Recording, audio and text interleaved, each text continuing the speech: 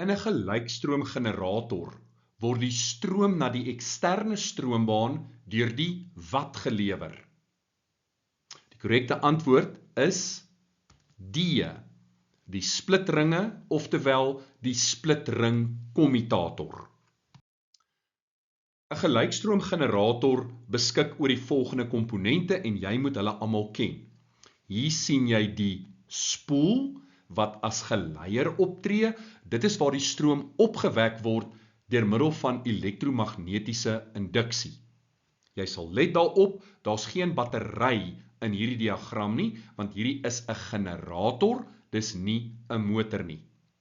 Dan 'n belangrike onderskeid tussen 'n gelykstroom en 'n wisselstroomgenerator, die splitringkommutator.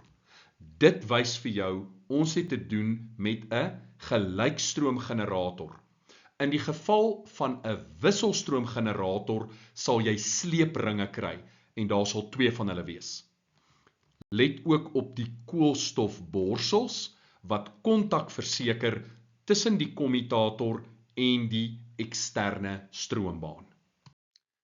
Die korrekte antwoord is dus D, splitringe of kommutators of sommer net splitringkommutators.